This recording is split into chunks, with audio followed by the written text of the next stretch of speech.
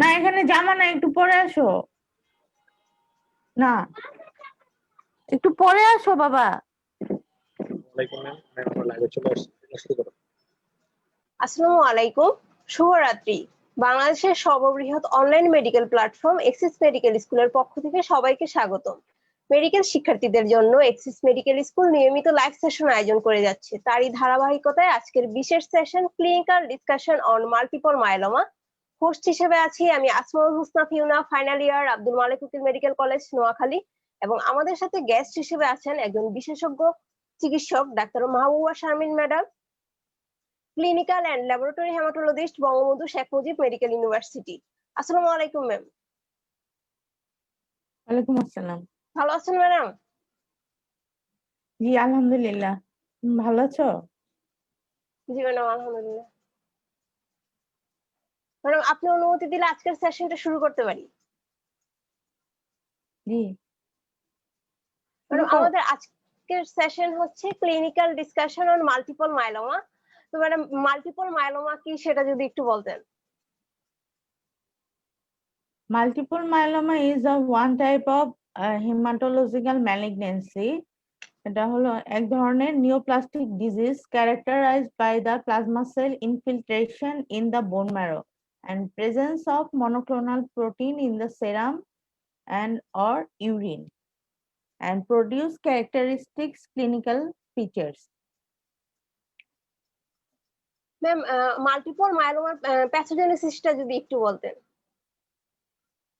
Multiple myeloma হলো multiple myeloma মানে কি মাল্টিপল ফোকাস ফোকাল লেশন হয় ইন দ্য বোনস। হ্যাঁ, এটা bone lesion is the main hallmark of multiple myeloma. Multiple মাইলোমার মধ্যে প্যাথোজেনেসিস মানে বোঝাতে চাচ্ছি, যেমন এখানে মাইলোমা যে সেলগুলা, মাইলোমা সেলগুলা হলো যেগুলা ইমিউনোগ্লোবুলিন ক্লাস সুইচিং হয়। মানে নর্মালি যেমন লিম্ফ নোডে যেমন মাইলোমা সেলগুলো প্রলিফারেশন হয়, এটা এক ধরনের post germinal centre mature B cell malignancy. এখন নর্মালি হলো নর্মাল বি সেল প্রলিফারেশন হয়ে কি প্রডিউস করে, অ্যান্টিবডি প্রডিউস করে, আমরা সবাই জানি। কিন্তু এই মাইলোমা সেলগুলো ইমিউনোগ্লোবুলিন ক্লাস সুইচিং করে কি করে, একই ধরনের ইমিউনোগ্লোবুলিন প্রোডাকশন করে। মানে ওর ধরো আমার চেহারা চেঞ্জ হয়ে আমার যে নর্মাল পাথওয়েতে যাওয়ার কথা ছিল আমি ওটাতে যাচ্ছি না, আমি কনভার্ট হয়ে excessive proliferation of immunoglobulin G production হয়। এখানে বেশিরভাগ 70% ক্ষেত্রে হলে ইমিউনোগ্লোবুলিন জিটাই বেড়ে যায়। ইমিউনোগ্লোবুলিন এম হয় হলো 20% আর বাকি ইমিউনোগ্লোবুলিন এ আর অন্যান্য ধরনের লাইট চেন প্রোডাকশন হয়। এখন যদি নর্মালি ইমিউনোগ্লোবুলিন প্রোডাকশন হ্যাম্পার্ড হয় তাহলে অনেক ধরনের ক্লিনিক্যাল সাইন সিমটমস প্রডিউস হয়, যেমন বনিলেশন হবে। তারপরে এই মাইলোমা সেলগুলো কি করে, বোন ম্যারো মাইক্রো এনভায়রনমেন্টের মধ্যে প্রলিফারেশন করে কি করে সাইটোকাইন রিলিজ করে, সাইটোকাইন রিলিজ করে বিভিন্ন ধরনের সাইন সিমটমস যেমন এনিমিয়া, তারপরে বনিলেশনের জন্য অস্টিওলাইটিক লেশন হয়, তারপরে কোলাপস হয়, ফ্র্যাকচার হয়। মানে নর্মালি আমরা যেভাবে পেশেন্ট পাই, রেনাল ফেলিয়ার নিয়ে প্রেজেন্ট করে। তারপরে যেমন রিকারেন্ট ইনফেকশন হয়, যেমন মাল্টিপল মাইলোমা পেশেন্ট আমাদের কাছে recurrent sign symptoms of infection নিয়ে আসে, যেমন respiratory tract infection is common features of multiple myeloma. আর যেহেতু মাল্টিপল মাইলোমাতে এই excessive proliferation of the plasma cell হয়, এই কারণে কি হয়, যেমন হাইপার ভিসকোসিটি ফিচার্স দেখা যায়। যেমন হাইপার ভিসকোসিটি ফিচার্স এর মধ্যে কি কি, যেমন হেডেক থাকবে, ব্লারিং অফ ভিশন থাকবে, তারপরে ফান্ডোস্কোপ করলে প্যাপিলোইডিমা পাওয়া যেতে পারে, তারপরে নশিয়া, ভমিটিং, এই ধরনের সাইন সিমটমস থাকবে। আর অ্যামাইলোডোসিস 5% মাল্টিপল মাইলোমা পেশেন্টের অ্যামাইলোডোসিস নিয়ে প্রেজেন্ট করে। মানে অ্যামাইলয়েড মানে কি? অ্যামাইলয়েড হলো এক ধরনের ফিব্রিলার লাইট চেইন, যেটা হলো কঙ্গো চেইন করলে এটা হলো পজিটিভ পাওয়া যাবে।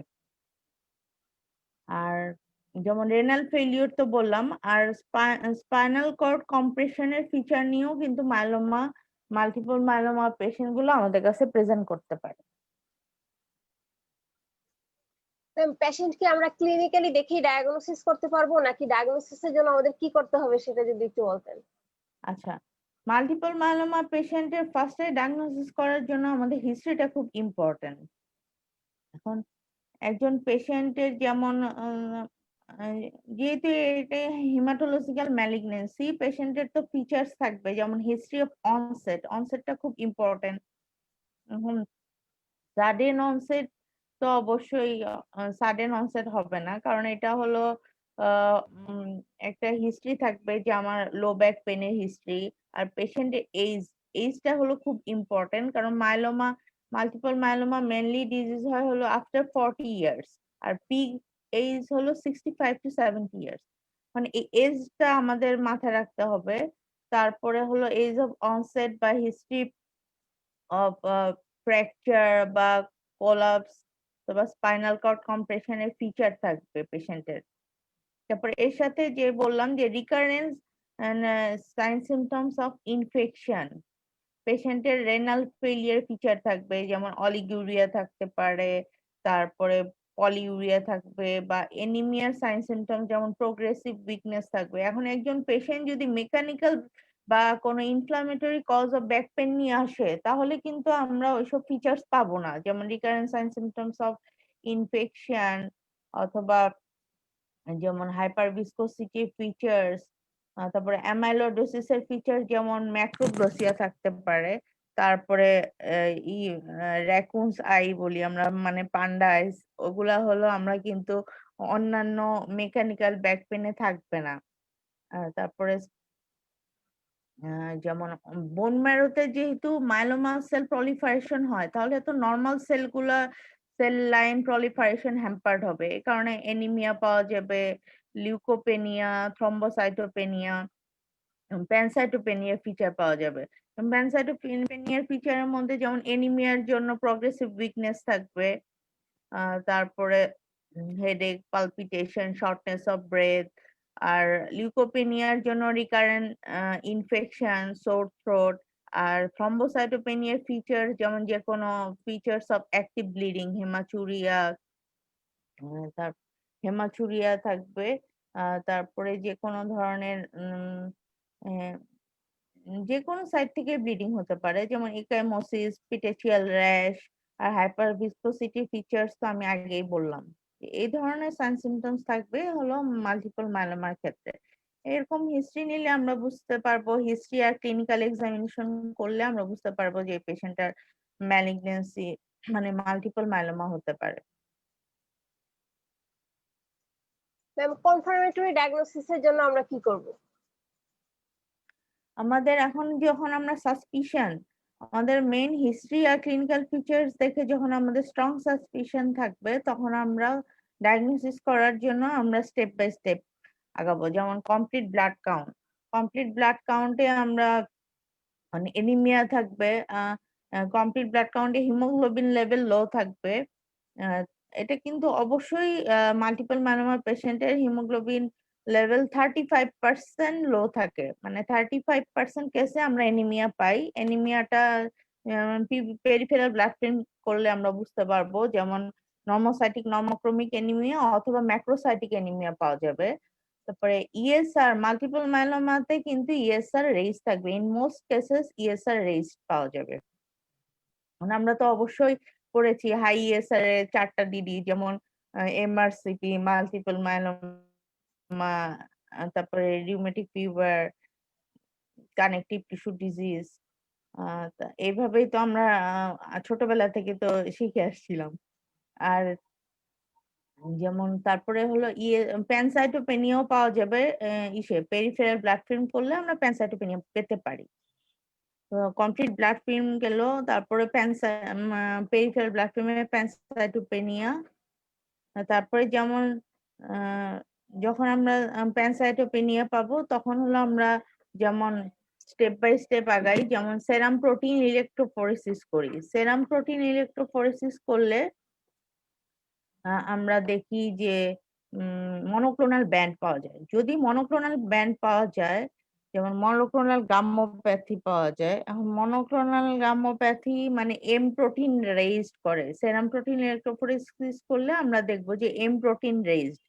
তখন আমরা বলি একটা মনোক্লোনাল ব্যান্ড মানে শার্প পিক ব্যান্ড পাওয়া যায়। আর যদি দেখা যায় যে সেরাম প্রোটিন ইলেকট্রোফোরেসিস এর মধ্যে একটা গ্রাফ যেমন আলফা 1, আলফা 2, বিটা আর গামা, এই চারটা হলো থাকে, ব্যান্ড থাকে। এই চারটা ব্যান্ডের মধ্যে যদি দেখা যায় যে আরেকটা থাকে হলো albumin. Albumin, alpha 1, alpha 2, beta আর গামা। যদি দেখি চারটার মধ্যে অ্যালবুমিনও বেড়ে গেছে কিন্তু আলফা চেন, গামা চেন বা পলিক্লোনালিটি হয়, তাহলে আমরা বুঝবো যে এটা মাল্টিপল মাইলোমা না। এটা যে কোনো ধরনের ইনফেকশনে এই পলিক্লোনাল ব্যান্ড পাওয়া যাবে। তো যদি দেখি যে sharp rise of monoclonal band, তখন আমরা সাসপেক্ট করব যে এটা মাল্টিপল মাইলোমা হতে পারে। তারপরে সেরাম প্রোটিন ইলেকট্রোফোরেসিস। আর ডেফিনিট ডায়াগনোসিস করার জন্য আমরা ইমিউনোফিক্সেশন করি। ইমিউনোফিক্সেশন করলে আমরা দেখব যে কোন ধরনের ব্যান্ড, যেমন ইমিউনোগ্লোবুলিন জি বা ইমিউনোগ্লোবুলিন এম বা ইমিউনোগ্লোবুলিন এ। এখন এক একটা ইমিউনোগ্লোবুলিনের টাইপ ডিপেন্ড করে এক একটা ক্লিনিক্যাল ফিচার্স হয়। যেমন ইমিউনোগ্লোবুলিন এম করে যেমন হাইপার ইমিউনোগ্লোবুলিন এম যেমন হাইপার ভিসকোসিটি ফিচার্স বেশি করে। ইমিউনোগ্লোবুলিন জি যেমন অস্টিওলাইটিক লেশনটা বেশি করে, কারণ ইমিউনোগ্লোবুলিন জি তো মেনলি 70% কেসে পাওয়া যায়। তারপরে আমরা ইমিউনোফিক্সেশন গেল, সেরাম প্রোটিন ইলেকট্রোফোরেসিস করলাম। তারপরে যেটা অ্যাডভাইস করব সেটা হলো bone marrow examination and trephine biopsy. And bone marrow examination করলে আমরা দেখতে পারি যে বোন ম্যারোতে প্লাজমা সেল ইনভলভমেন্ট পাওয়া যায়। যে প্লাজমা সেলস নরমালি তো প্লাজমা সেল 20% এর রেইজড হলে আমরা বলি যে এটা মাল্টিপল মাইলোমা, বোন ম্যারোতে ইনভলভমেন্ট থাকলে। আর এরপরে যেমন স্কেলিটাল সার্ভে ইজ খুবই ইম্পর্টেন্ট আমাদের মাল্টিপল মাইলোমা ডায়াগনোসিস করার জন্য। যেমন আমরা চেস্ট এক্সরে চেস্ট এক্সরে না, স্কাল সার্ভে করলে আমরা পাঞ্চড আউট অস্টিওলাইটিক লেশন পাওয়া যায় in case of multiple myeloma. কারণ এখানে মাল্টিপল মাইলোমাতে কি হয়, যেমন এই প্যাথোজেনেসিস এর মধ্যে যেমন সাইটোকাইন যে রিলিজ করে, ওই সাইটোকাইন গুলো কি করে অস্টিওক্লাস্টোজেনেসিস করে, মানে অস্টিওক্লাস্টিক অ্যাক্টিভিটি গুলাকে বাড়িয়ে দেয় আর অস্টিওব্লাস্টিক ডিফারেন্সিয়েশন কমিয়ে দেয়। তাহলে কি হয়, সেলগুলা হলো প্রলিফারেশন হতে পারে না, সেলগুলো হলো ভেঙে যায় ইজিলি, যেহেতু অস্টিওক্লাস্টিক অ্যাক্টিভিটি বেড়ে যাচ্ছে। এই কারণেই স্কেলিটাল সার্ভে করলে আমরা পাঞ্চড আউট অস্টিওলাইটিক লেশন পাবো। তাহলে আমরা কি কি পাচ্ছি, এটা হলো CBC, peripheral blood film, bone marrow examination, trephine biopsy. তারপর স্কেলিটাল সার্ভে করার জন্য আমরা আম, কি করব, স্কাল সার্ভে করব, তারপর ডরসাল স্পাইনের এক্সরে করব, আর এমআরআই অফ দ্য স্পাইন করতে পারি যখন আমাদের স্পাইনাল কর্ড কম্প্রেশনের ফিচার্স থাকবে। আর 1/3 অফ দ্য পেশেন্টের ইউরিনারি বেনজন্স প্রোটিন পাওয়া যায়, এক ধরনের লাইট চেন, তখন আমরা ইউরিনারি বেনজন্স প্রোটিন অ্যাডভাইস করি। আর কনফার্মেটরি ডায়াগনোসিস হিসেবে যেমন ইমিউনোফেনোটাইপিং আর প্রগনোসিস দেখার জন্য আমরা করি সাইটোজেনেটিক্স। এই সাইটোজেনেটিক্স করলে আমরা বুঝতে পারি যে এই ক্রোমোজোমাল ট্রান্সলোকেশন আছে, যেমন কিছু কিছু ক্রোমোজোমাল ট্রান্সলোকেশন দেখে আমরা বুঝতে পারি যে এটা ভালো সাইটোজেনেটিক্স না ব্যাড সাইটোজেনেটিক্স।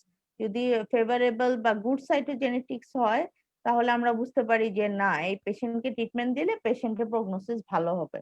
আর যদি দেখি যে ব্যাড সাইটোজেনেটিক্স, তাহলে বুঝবো যে এই পেশেন্টের ক্রোমোজোমাল ট্রান্সলোকেশনটা ব্যাড, মানে খারাপ ট্রান্সলোকেশন বা হাইপোডিপ্লয়েডি।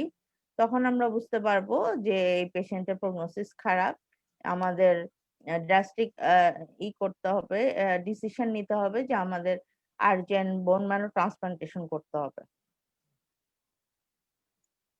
ম্যাডাম আমরা পরবর্তী কোশ্চেন যাওয়ার আগে একটা কোশ্চেন নিয়ে নেই। একজন কোশ্চেন করেছেন রেকুন আই এবং ম্যাক্রোগ্লোসিয়া কেন হচ্ছে?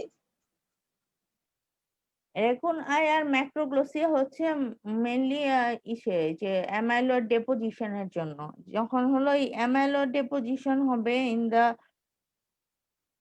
সফট টিস্যু প্রলিফারেশন হবে, তখন হলো যে রেকুন আই আর ম্যাক্রোগ্লোসিয়া হবে। Thank you madam. ম্যাডাম আমরা ম্যানেজমেন্ট করার জন্য মাল্টিপল মায়োলোমার পেশেন্টের কিভাবে ম্যানেজমেন্ট করব? ম্যানেজমেন্টের জন্য আমি সবসময় বলি যে আমাদের ম্যানেজমেন্টের জন্য আমাদের ভাগ করতে হবে, যেমন সাপোর্টিভ ট্রিটমেন্ট, স্পেসিফিক ট্রিটমেন্ট আর ট্রিটমেন্ট অফ দ্য কমপ্লিকেশন। এখন সাপোর্টিভ ট্রিটমেন্টের মধ্যে যখন পেশেন্টের এনিমিয়া থাকবে বা less than 8 gram per dL আর পেশেন্ট যদি সিমটোমেটিক হয়, তাহলে আমরা অবশ্যই প্যাকড রেড সেল ট্রান্সফিউশন দিব। আর পেশেন্টের যদি ইনফেকশনের সাইন সিমটমস থাকে, তাহলে আমরা অ্যান্টিবায়োটিক দিব। কারণ পেশেন্ট মাল্টিপল মায়োলোমার পেশেন্ট যেহেতু এল্ডারলি পেশেন্ট, আর পেশেন্টের ইনফেকশনের চান্স বেড়ে যায়, আমরা কিন্তু ট্রিটমেন্ট শুরু করার সাথে সাথে স্পেসিফিক ট্রিটমেন্টে যাওয়ার সাথে সাথে কিন্তু আমাদের অ্যান্টিবায়োটিক দিয়ে দিতে হবে। আর যেহেতু এটা ইমিউনো সাপ্রেশন হয়, কারণ এখানে হলো মনোক্লোনাল প্রোটিন বেড়ে যাচ্ছে, নরমাল ইমিউনোগ্লোবুলিন কমে যাচ্ছে। এই কারণে কি হচ্ছে, আমাদের ইমিউনোপ্যারেসিস হয়। এর জন্য আমাদের বিভিন্ন ধরনের ভ্যাকসিনেশন দেওয়াটা জরুরি মাল্টিপল মায়োলোমার ক্ষেত্রে। যেমন মেনলি হিপ ভ্যাকসিন, তারপর নিউমোকক্কাল ভ্যাকসিন, ইনফ্লুয়েঞ্জা ভ্যাকসিন আমাদের পেশেন্টকে সাজেস্ট করতে হবে। আর থ্রম্বোসাইটোপেনিয়া হয় যেহেতু, এ কারণে আমাদের যখন প্লেটলেট কাউন্ট কমে যাবে less than 20,000 with bleeding manifestation থাকবে, তখন আমরা পেশেন্টকে প্লেটলেট ট্রান্সফিউশন দিব। এখন আসি স্পেসিফিক ট্রিটমেন্ট। স্পেসিফিক ট্রিটমেন্টের মধ্যে আমাদের যেমন সাইটোজেনেটিক্স এর উপর ডিপেন্ড করে, আর পেশেন্টের এজ, কোমরবিডিটি, কস্ট ইফেক্টিভনেস আর সাইটোজেনেটিক্স। আর হোস্ট ফ্যাক্টর আছে, যেমন আমরা বলি পারফরমেন্স স্কোরিং। পেশেন্ট যদি কোপ আপ করতে পারে, যেমন লাইফস্টাইল, বিভিন্ন ধরনের। এখন পেশেন্ট যদি অনেক সময় 50 ইয়ার্স হলেও পেশেন্টের পারফরমেন্স স্ট্যাটাস ভালো থাকে, আবার অনেকের 70 ইয়ার্সেও কিন্তু পারফরমেন্স স্ট্যাটাস ভালো থাকে। ওই অনুযায়ী আমরা যেমন গুড পারফরমেন্স স্ট্যাটাস, পেশেন্টের ফেভারেবল সাইটোজেনেটিক্স যদি থাকে, তাহলে আমরা পেশেন্টকে অ্যাডভাইস করি, যদি পেশেন্ট গ্রেটার দেন 50 ইয়ার্স হয় আর ট্রান্সপ্লান্ট করতে পারে পেশেন্ট, ট্রান্সপ্লান্টের উপর মনে রাখতে হবে যে মাল্টিপল মায়োলোমা পেশেন্টদেরকে আমরা অটোলোগাস ট্রান্সপ্লান্ট করি। মানে অটোলোগাস মানে আমরা নিজের যে বোন ম্যারোটা আছে, পেশেন্টকে আমরা কিমোথেরাপি দিয়ে খারাপ সেলগুলোকে মেরে ফেলি। তার আগে খারাপ সেল মারার আগে আমরা কিন্তু বোন ম্যারোটাকে আলাদা করে রাখি, যাতে ওই খারাপ সেলগুলোকে মারার পরে আমরা ওই স্টিম সেলটা পেশেন্টকে ইন্ট্রোডিউস করতে পারি। এটা হলো অটোলোগাস ট্রান্সপ্লান্টেশন। আর অ্যালোজেনিক ট্রান্সপ্লান্টেশন আমরা করতে পারি, কিন্তু অ্যালোজেনিক ট্রান্সপ্লান্টেশনের চেয়ে মাল্টিপল মায়োলোমাতে অটোলোগাস করলেই মানে চান্স অফ সার্ভাইভাল রেট বেশি। আর যেহেতু অ্যালোজেনিক আমরা অন্য একজনের ডোনারের কাছ থেকে নিচ্ছি, তো অবশ্যই কমপ্লিকেশনের রেট বা রিস্ক বেড়ে যায়। এই কারণে আর মাল্টিপল মায়োলোমাতে আমাদের অটোলোগাস ট্রান্সপ্লান্টেশনই করি। আর যারা এই যে এরকম ট্রান্সপ্লান্ট করতে পারবে, তাদের ক্ষেত্রে আমরা এইভাবে আমরা সাইটোজেনেটিক্স আর ট্রান্সপ্লান্ট ক্যান্ডিডেট আর ব্যাড সাইটোজেনেটিক্স আর নন ট্রান্সপ্লান্ট ক্যান্ডিডেট, এই দুই ভাগে ভাগ করে ফেলি ফার্স্টেই। যদি লেস দেন 50 ইয়ার্স হয়, তাহলে পেশেন্টকে আমরা, যদি ব্যাড সাইটোজেনেটিক্স হয়, সহজ ভাষায় লেস দেন 50 ইয়ার্স আর ব্যাড সাইটোজেনেটিক্স, আমরা পেশেন্টকে অ্যাডভাইস করব স্টিম সেল ট্রান্সপ্লান্টেশনের জন্য। আর যদি পেশেন্ট, মনে রাখতে হবে লেস দেন 50 ইয়ার্স হলে আমরা অ্যালোজেনিক স্টিম সেল ট্রান্সপ্লান্টেশন করতে পারবো। আর যদি গ্রেটার দেন 50 ইয়ার্স হয় আর ফেভারেবল সাইটোজেনেটিক্স হয়, তাহলে আমরা পেশেন্টকে কিমোথেরাপি দিয়ে ট্রিটমেন্ট করব। আর যদি গ্রেটার দেন 50 ইয়ার্স কিন্তু ব্যাড সাইটোজেনেটিক্স, তাহলে আমরা পেশেন্টকে কিমোথেরাপি দিয়ে ট্রান্সপ্লান্ট করব। যেমন কি ট্রান্সপ্লান্ট করব এখানে? Autologous transplantation. আর কিমোথেরাপির পেশেন্টের সাথে পারফরম্যান্স স্ট্যাটাস হ্যাঁ যে মেজার করতেছি ম্যাডাম, পেশেন্টের পারফরম্যান্স স্ট্যাটাস যে মেজার করতেছি এটা কিভাবে করতেছি? পেশেন্টের পারফরমেন্স স্ট্যাটাসের মধ্যে হলো ডিপেন্ড করে, যেমন পেশেন্টের নিজের কাজ নিজে করার যেমন ক্যাপাবিলিটিটা কিরকম। এখন অনেকে আছে যে মাল্টিপল মাইলোমা হলেও নিজের কাজ নিজে করতে পারে না। যেমন পারফরমেন্স স্ট্যাটাস মেনলি আমরা ফলো করি ইস্টার্ন কোঅপারেটিভ অনকোলজি গ্রুপের একটা পারফরমেন্স স্ট্যাটাস আছে, যে আমরা নিজের কাজ নিজে কতটুকু করতে পারি। উম, মানে অনেকে যে জামার বোতাম লাগানো, তারপরে হলো নিজে কতটুক আমরা হাঁটা চলা করতে পারি বা সিঁড়ি বাইতে পারি, ওই হিসেবে আমাদের নর্মাল নিজের যে ফাংশনাল ক্যাপাসিটি কতটুকু, ওই হিসেবে আমাদের পারফরমেন্স স্ট্যাটাস আমরা স্কোরিং করে থাকি 0 to 4 হিসেবে। ওই হিসেবে পারফরমেন্স স্ট্যাটাস করে আমরা বুঝি যে গুড পারফরমেন্স স্ট্যাটাস না ব্যাড পারফরমেন্স স্ট্যাটাস। ওইভাবে আমরা ই করে যে আর গ্রেটার দেন 50 ইয়ার্স হলে তো আমরা ওই যে ফেভারেবল সাইটোজেনেটিক্স হলে অনলি কিমোথেরাপি, আর ব্যাড সাইটোজেনেটিক্স হলে আমরা chemotherapy followed by autologous stem cell transplantation. আর এখন আসি treatment of the complication. Treatment of the কমপ্লিকেশনের মধ্যে যেহেতু মাল্টিপল মাইলোমা পেশেন্টদের যেমন কি হয়, স্পাইনাল কর্ড কম্প্রেশন হয়। এর জন্য মাল্টিপল মাইলোমা পেশেন্টের স্পাইনাল কর্ড কম্প্রেশন হলে আমাদের হাই ডোজ ডেক্সামেথাসোন ইউজ করা হয়, ঠিক আছে। আর যেমন রেডিওথেরাপি দেওয়া যায়।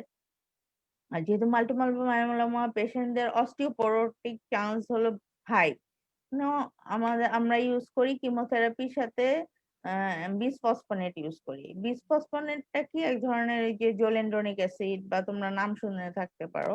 এই বিসফসফোনেট দেওয়ার সুবিধাটা কি, যেহেতু মাল্টিপল মাইলোমাতে অস্টিওক্লাস্টিক অ্যাক্টিভিটিটা বেড়ে যায়, এই বিসফসফোনেটটা দিলে কি হয়, অস্টিওক্লাস্টিক অ্যাক্টিভিটিকে ডিক্রিজ করে আর অস্টিওব্লাস্টিক ডিফারেন্সিয়েশনটাকে ইনক্রিজ করে। এইভাবে হলো আমরা এই কারণে আমরা বিসফসফোনেটটা ইউজ করি। আর ডেক্সামেথাসোন ইউজ করি কারণ মাল্টিপল মাইলোমা পেশেন্টদের ডেক্সামেথাসোনের রোল আছে, যে ডেক্সামেথাসোন কি করে, যে সাইটোকাইন যে রিলিজ হয় মাইলোমা সেল থেকে, এই ডেক্সামেথাসোন কি করে সাইটোকাইন রিলিজকে কমায় দেয়, বোন ম্যারো মাইক্রো এনভায়রনমেন্টের মধ্যে চেঞ্জ এনে সাইটোকাইন রিলিজ কমায় দেয়। আর কি হয়, যেমন মাল্টিপল মাইলোমাতে তো প্রি লাইট চেন সিক্রেশন হয়, লাইট চেন ডেপোজিশন হয় ইন দ্য গ্লোমেরুলাস। এই কারণে কিন্তু মাল্টিপল মাইলোমা পেশেন্টদের রেনাল ফেলিওর হয়। এই ডেক্সামেথাসোন দিলে এই লাইট চেন এক্সক্রিশনটা কমে যায় আর রেনাল ফেলিয়ার পেশেন্টরা ইমপ্রুভ করে। দেখলো তাহলে কমপ্লিকেশনের মধ্যে আসলো anaemia, osteoporosis, spinal cord compression, renal failure, আর রিকারেন্ট ইনফেকশন একটা ধরনের কমপ্লিকেশনও বলা যায়। আর ব্লিডিং ম্যানিফেস্টেশন কিন্তু কমপ্লিকেশন হিসেবেও বলতে পারি আমরা।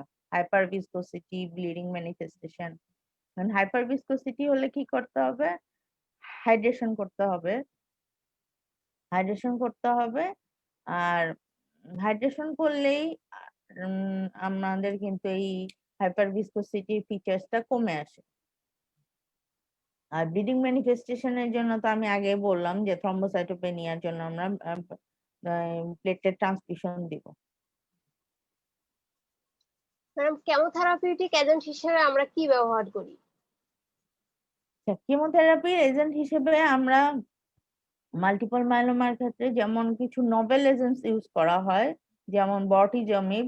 এটা হলো আমাদের দেশে আমরা মেনলি বটিজমিবটা ইউজ করি। এটা এক ধরনের নোবেল এজেন্টস। আর যেমন আরো করা হয় মানে ইমিউনোমডুলেটরি ড্রাগস, যেমন যেটার কাজ হলো ইমিউনোমডুলেশন। কারণ মাল্টিপল মাইলোমা যেমন আমাদের মাথায় রাখতে হবে এটা ওয়ান টাইপ অফ ইমিউন প্যারাসিস, মানে ইমিউনিটি কিন্তু এখানে হ্যাম্পার্ড হচ্ছে। এই কারণে ইমিউন মডুলেটরি এজেন্ট হিসেবে ইউজ করা হয় থ্যালিডোমাইড, লিনালিডোমাইড, যার কাজ ইমিউনিটিটাকে করে এই নর্মাল প্লাজমা সেল প্রোডাকশনটাকে বাড়িয়ে দেওয়া। এই কারণে আমাদের ইউজ করা হয় লিনালিডোমাইড, থ্যালিডোমাইড আর বিভিন্ন ধরনের ড্রাগ আছে যেমন পোমালিডোমাইড। আর নোবেল এজেন্সের মধ্যে যেহেতু আমরা বটিজমিবটা ইউজ করি, আরো আছে ড্রাগস যেমন বিভিন্ন ধরনের মনোক্লোনাল অ্যান্টিবডি ইউজ করা হয়, CD33 অ্যান্টাগনিস্ট। মানে আগে তো আমরা পড়েছিলাম যেমন CD20 ইনহিবিটর যেমন রিটিক্সিম্যাব, আর এখানে আমরা ইউজ করি CD33 অ্যান্টাগনিস্ট যেমন ড্যারাটুমুম্যাব। আরো অনেক ধরনের কঠিন কঠিন নাম আছে, তোমাদের তো এত কিছু লাগবে না, জাস্ট খালি কিমোথেরাপির মধ্যে আমরা মেইনলি ইউজ করি বটিজমিব, তারপরে কারফিলজমিব আর থ্যালিডোমাইড, লিনালিডোমাইড, ডেক্সামেথাসোন। আর আগে রেনাল ফেলিয়ার পেশেন্টদের আমরা ইউজ করতাম হলো ভ্যাট থেরাপি যেমন ভিনক্রিস্টিন, ডেক্সামেথাসোন আর সাইক্লোফসফামাইড। এখনো আমরা আবার ওরাল থেরাপি আছে কিছু যেমন ম্যালফেলেন, সাইক্লোফসফামাইড। এই কয়টা ড্রাগস এর নাম মনে রাখলেই হবে। ম্যাম, আমরা কি মাল্টিপল মাইলোমার পেশেন্টকে রেডিওথেরাপি দেই?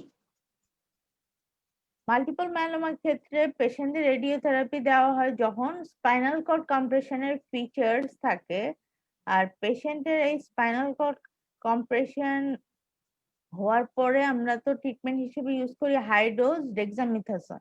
হাই ডোজ ডেক্সামেথাসোন দেওয়ার পরেও যদি পেশেন্ট ইমপ্রুভ না হয় তখন আমরা রেডিওথেরাপি ইউজ করতে পারি। ম্যাম, প্রগনোসিসের জন্য আমরা সাইটোজেনেটিক্স ছাড়া আর কি করতে পারি? প্রগনোসিসের জন্য আমরা যে সাইটোজেনেটিক্স ছাড়াও যেমন হোস্ট ফ্যাক্টর দেখলাম, যেমন পেশেন্টের পারফরমেন্স স্ট্যাটাস আর টিউমার বার্ডেন বোঝার জন্য আমাদের যেমন বিটা-2 মাইক্রোগ্লোবিউলিন করি, সেরাম অ্যালবুমিন, সেরাম এলডিএইচ, এই তিনটা কিন্তু খুব ইম্পর্টেন্ট। যেমন বিটা-2 মাইক্রোগ্লোবিউলিন হলো সেলুলার প্রলিফারেশন যত বেশি হবে তত বিটা-2 মাইক্রোগ্লোবিউলিন বেড়ে যাবে, কারণ এটা হলো সেলের সাইটোপ্লাজম থেকে রিলিজ হচ্ছে। তো যখন মাল্টিপল মাইলোমা পেশেন্টের আমরা বিটা-2 মাইক্রোগ্লোবিউলিন বেশি, তখন আমরা সাসপেক্ট করি যে পেশেন্টের প্রগনোসিস ব্যাড প্রগনোস্টিক। তখন আমরা পেশেন্টকে অ্যাডভাইস করি যে কিমোথেরাপি আর্জেন্ট যাওয়ার জন্য। মানে সাইটোজেনেটিক্স এর সাথে সাথে beta two microglobulin, serum albumin, serum LDH. আর ফিচার্স অফ টিউমার বার্ডেন হিসেবে আরো যেমন মাল্টিপল মাইলোমা পেশেন্ট হলে যেহেতু প্লাজমা সেল প্রলিফারেশন হয়, অ্যাসোসিয়েটেড এনিমিয়া, থ্রম্বোসাইটোপেনিয়া, লিউকোপেনিয়া, এগুলো ফিচার্স অফ টিউমার বার্ডেন হিসেবে দেখা যায়। জি ম্যাডাম। ম্যাডাম, আমরা সেশনের প্রায় শেষ দিকে চলে এসেছি। একটা লাস্ট কোশ্চেন হচ্ছে, মাল্টিপল মাইলোমার পেশেন্টের সার্ভাইভাল রেট কেমন? মাল্টিপল মাইলোমা পেশেন্টের আমরা যেহেতু মেনলি পেশেন্টের সার্ভাইভাল রেট তো বোঝার আগে আমাদের পেশেন্টের যেমন হোস্ট ফ্যাক্টর, পেশেন্টের এজ, পেশেন্টের ফার্দার কোনো কোমরবিডিটি আছে কিনা, রেনাল ফেলিয়ার, পেশেন্টের ট্রিটমেন্টের দেওয়ার পরে রেসপন্স কেমন, পেশেন্টের সাইটোজেনেটিক্স কেমন, এইসব কিছুর উপর কিন্তু পেশেন্টের প্রগনোসিস সার্ভাইভাল রেটটা ডিপেন্ড করে। এখন আমাদের মেনলি ট্রিটমেন্ট দেওয়ার পরে যেমন বটিজমিব দিয়েই তো আমরা মেনলি এখন ট্রিটমেন্ট করি। এখন বটিজমিবের কিন্তু কস্টলি ড্রাগ। এখন 7,000 টাকা করে একটা ইনজেকশন, একটা ভায়াল। এখন পেশেন্ট যদি এরকম বটিজমিব দিয়ে ট্রিটমেন্ট করতে পারে তাহলে মেনলি সার্ভাইভাল রেট অ্যারাউন্ড 60-70% হলো কমপ্লিট রেসপন্স হয় পেশেন্টের। আর এর চেয়েও বেটার ড্রাগস যেমন আছে, যেমন এর চেয়ে বেটার ড্রাগস কারফিলজমিব, এটা দিলে হলো 80% সার্ভাইভাল রেট পেশেন্টের।